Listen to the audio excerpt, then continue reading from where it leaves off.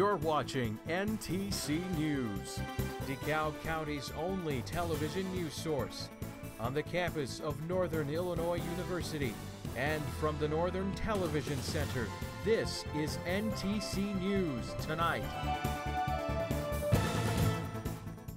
Families all over the country face the same difficult decision year after year: what to do with their kids when they go to work.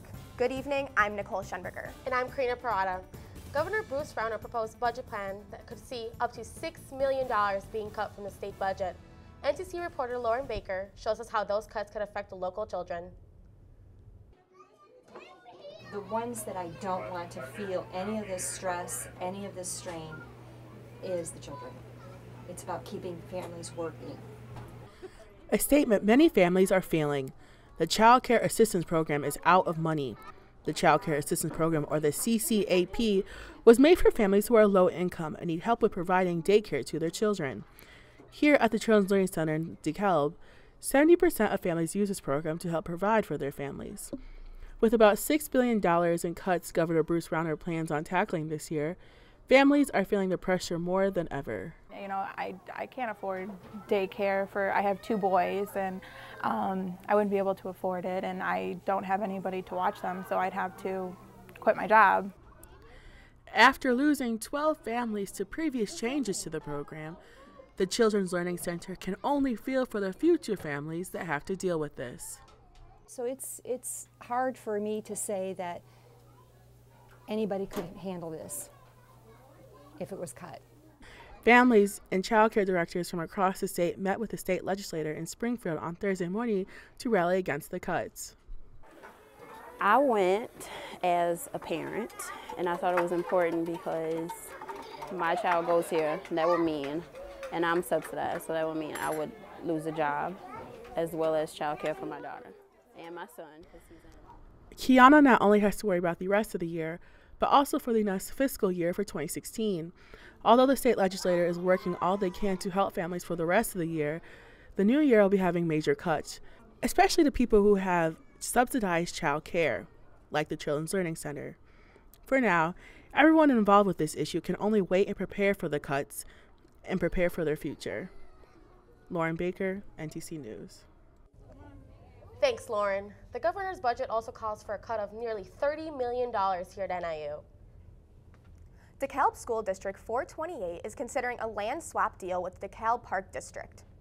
The school district is offering the Park District about 14 acres to use for baseball diamonds.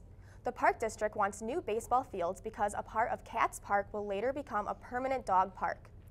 In return, District 428 will get about 12 acres from the Park District to develop more space.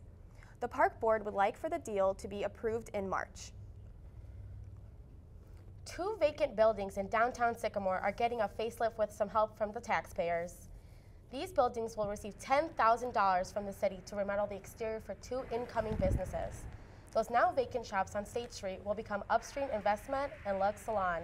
The total project will cost between $40,000 and $50,000.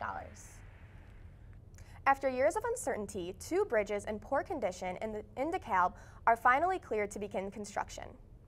The construction will begin this summer on Coltonville Road Bridge, along with 2 other bridges on South Pawpaw Road. The construction of the Coltonville Road Bridge will cost nearly $3.5 million. 20% of that will be covered by local tax dollars. Erosion from the use of salt during the winter months caused the pavement to wear down. Most of the bridges being replaced are at least 50 years old. At least a few people are not happy with the city of DeKalb after a decision to hire out-of-town contractors for website redesign. The city has chosen not to have competitive bidding and instead has given a $50,000 contract to a company called Civic Plus in Kansas. Some people are wondering why the city didn't pay local contractors, but the city says that sometimes city constraints force the decision. Business and engineering students will have their own bus route. The route, called Barsima Express, will be added to the Husky bus line after hearing feedback from the students. The plan is to help students get to Barsima Hall and the engineering building easier. The line change is a part of President Baker's master plan thesis. A start date for the Barsima Express is still unknown. Students never have the complaint that college expenses are too low. Now NIU may be adding more fees to get your term papers done. Printing used to be free as recently as 3 years ago. Now the university is no longer giving money to its students to print on campus. NTC reporter Christina Lynn shows us how students will have to dip into their wallets to use campus printers. Jordan Blakely works at the library where she supervises the printers throughout the building. She puts in packs of paper throughout her shift, so she is aware of how often students still print out notes for class. She is one of many students aware of the changing printing policy. It will affect me as a student because I will have to add money to my account. The Student Association put out a survey to see what the student body wants to see changed. The survey says students would rather see an opt-in or opt-out option for printing rather than pay-as-you-go. Insufficient? Some students can't agree. Particularly with like the anywhere printing, installing the software and so forth. Also, I've noticed like anytime you have an IT problem, it's sometimes hard to resolve it because like if it's in a computer lab, for example, there's no lab attendant. Printing on campus has been an issue for some, but results have said students print out at least 20 sheets a week. This is one of the many reasons why the Student Association is trying to make a plan that will work for all students. They want you to print out your notes. They want you to print out these slides and other things. And everyone's printing off papers and turning those in by hand as well still. So until we're fully electronic, I think that printing is a necessity. Until this new plan is implemented, students will still be swiping their one card and print what they need. In DeKalb, Christina Lind, NTC News. The new printing policy won't take effect until the next school year. You can find a full description of the printing changes at niu.edu. Temperatures went up a little over the weekend, fooling some of us into thinking a full warm-up was on its way. Emery Dhanens is with us now. Did we get too far ahead of ourselves after feeling the temperatures in the 30s? Well, this weekend's 30-degree temperatures are actually about normal for this time of year. It's that cold temperatures today that we've seen that are much below normal for this time of year. But however, we have a decently good news for tomorrow, so let's take a look at those temperatures. For Tuesday, we'll see temperatures in the upper 20s in DeKalb and Chicago. Then in Peoria and Moline, we might even get above freezing. To see just how long these temperatures will last, stay with us. You're watching NTC News Tonight. Take a look under your bed. Find stuff under there? What about jobs? No? Now try your closet. Still no jobs, just more stuff? Well, you really have both. See, stuff is defined as household articles considered as a group. Sometimes this stuff is no longer needed. Wait, no longer needed? That can't be right. Because remember those jobs you were looking for? Those are really needed. And they're the stuff inside your stuff. Our job is to unlock those jobs. And it starts when you donate your stuff to your local Goodwill. Here's how we do it. When you donate to Goodwill, we sell your stuff to provide job training for people right here in your community. So just by teaming up with Goodwill, you help create jobs. And isn't that worth parting with the leftover keytar from your 80s cover band? Goodwill. Donate stuff, create jobs.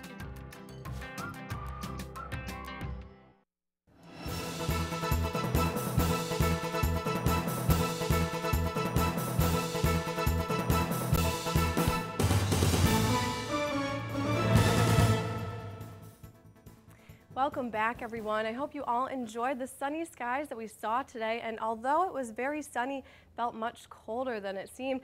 That high of about 7 degrees today felt like it was sub-zero because of those wind speeds picking up, and notice that we are 30 degrees below average for this time of year, so that is very unusual.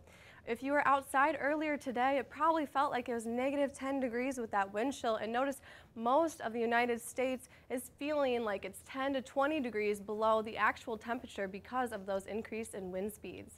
Taking a look at tonight, we see nothing really exciting for our area, high pressure in the region, but look down to the south with all of this rain, and especially into Texas, we have a mixture of rain, freezing rain, and snow, which will be very dangerous for there. Then taking it to tomorrow, we'll see high pressure again pretty much still in our area, which will have clear skies and allow us to warm up a little bit. But as we move on, this cold front up here will move down, approaching our region Tuesday night. So as that cold front passes through on Tuesday night, we'll be seeing much colder temperatures for the following days. Taking it back to tonight, we'll see partly cloudy conditions, and those winds are really picking up. That that overnight low of 5 degrees will feel like it's -12 with those winds gusting up to 25 miles per hour. Then tomorrow, like we said, it'll be partly sunny, and there is a chance of snow in the earlier afternoon hours, and that high of 26 won't feel quite that warm because we have winds now gusting up to 30 miles per hour, so that 26 will really feel more like -14. Then Tuesday night, also partly cloudy, and again, the winds are still here, dying down just a little bit with gusting to 25 miles per hour, and that overnight low of 6 will feel about -3, which is an improvement from the days previously.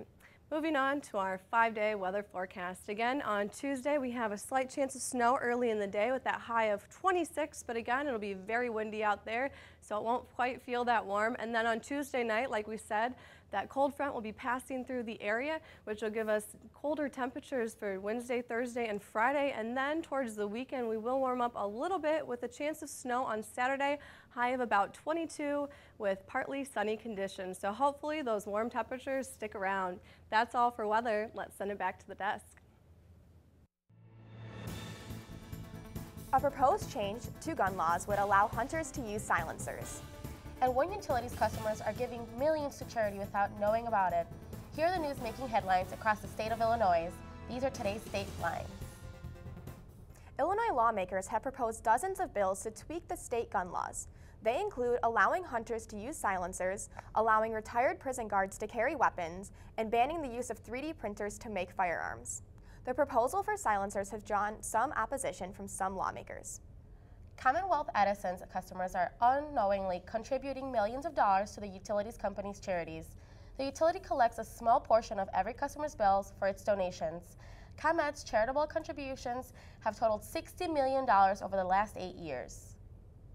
A suburban Chicago Police Department has paid $500 to a hacker who demanded ransom to restore access to data on a police computer. Midlothian police were hit by a form of the cryptoware computer virus in January. The hacker demanded payment through the digital currency known as Bitcoin. A Northern Illinois nature photographer is set to stand trial for a second time on charges that he took 2 baby eagles. An Oglesby man is accused of taking the protected birds from a spot near his home and arranging for their rehabilitation at a Barrington Wildlife Center. And that's today's state lines. More than a dozen children are dead from a capsized ferry boat. And a terror group's call to attack shopping malls. Here's what's happening in today's World Watch. At least 68 people were killed when a ferry boat capsized in Bangladesh Sunday. Local officials say at least 19 children are among the dead. Police say the double-decker ferry sank after a cargo ship hit it on the Padma River. State media reports that around 100 people were rescued.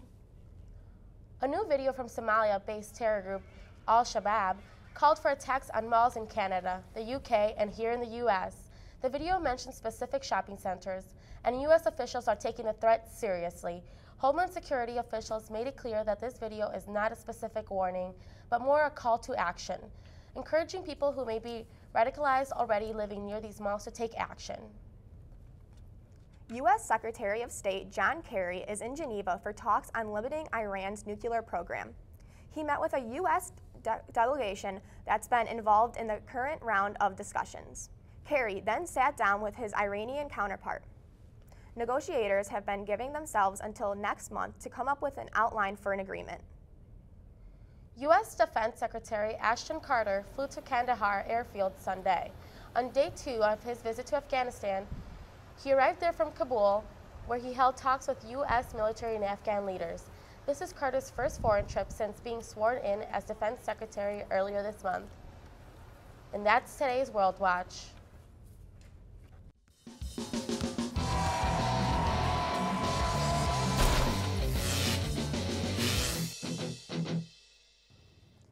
Welcome to NTC Sports. I'm Dan Kenny. Thanks for joining us. The Daytona 500 is widely considered to be the most prestigious race in NASCAR. Let's see who cements their name into the history books. NASCAR legend Jeff Gordon says this will be his final Daytona 500. We see right here Tony Stewart smash right dab into the wall. I'm no mechanic, but that doesn't look good. Joey Logano and Junior are neck and neck, fighting for position as they go around the bend.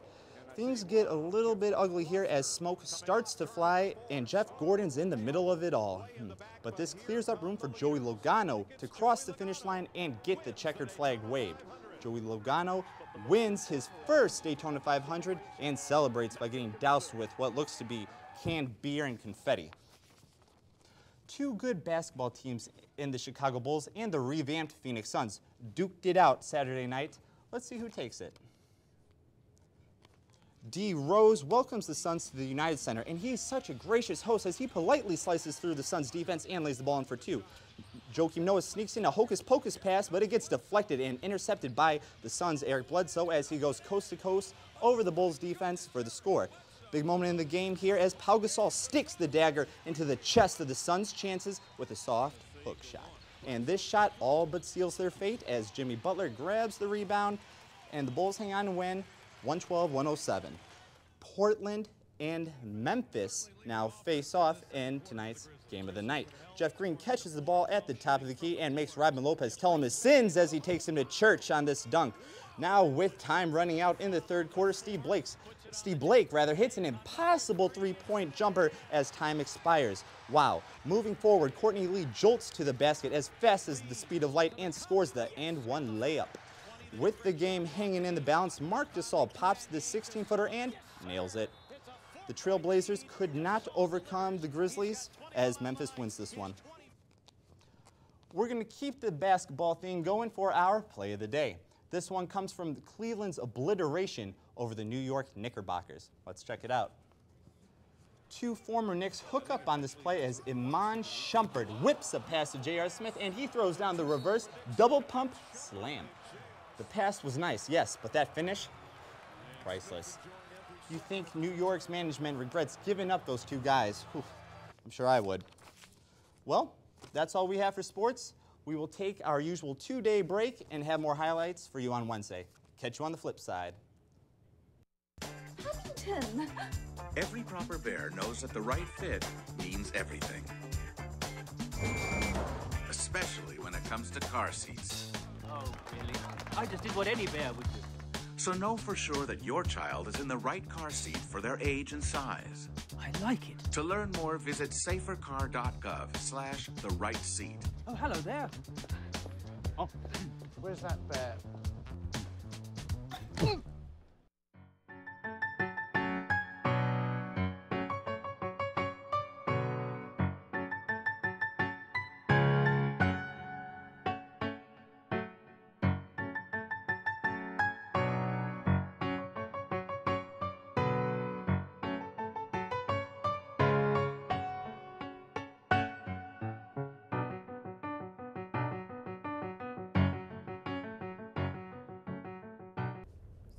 The worry this time of the year is shoveling driveways and slippery roads. But on one street in New Jersey, a snowplow got stuck in something other than a snowbank.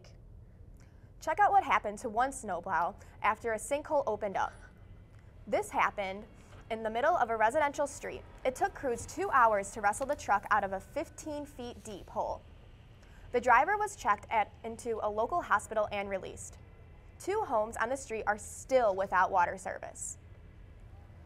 Doesn't it look like a kid's toy sticking out of a toy box? Yeah, it's amazing the driver got out uninjured. NTC News Tonight is produced and directed by students here at Northern Illinois University. We want to thank you for all being with us. Enjoy the rest of your evening. Watch out for them sinkholes. We'll be back on the same time Wednesday. Goodbye, everyone.